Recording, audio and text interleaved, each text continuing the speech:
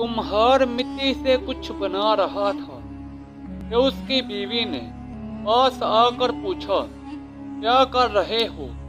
कुम्हार बोला, बुके की चिलम बना रहा हूँ। आजकल बहुत बिक रही है, कमाई अच्छी हो जाएगी।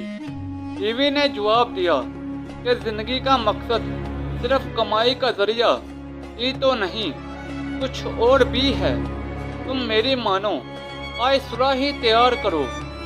गर्मी है, वो भी खूब बिकेगी, मगर साथ साथ लोगों की प्यास बुझाने के काम भी आएगी।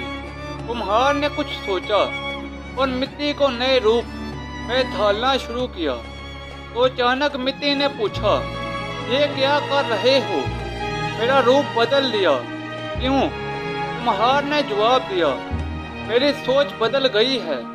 पहले तुम्हारे पेट में आग भर रहा था, अब पानी भरा जाएगा और महलूके खुदा नफा हासिल करेगी। मिट्टी बोली, तुम्हारी तो सिर्फ सोच बदली है, मेरी तो जिंदगी बदल गई है। मैं तकलीफ से निकलकर आसानी में आ गई हूँ। आप सोच बदलिए, जिंदगी खुद ब खुद बदल जाएगी।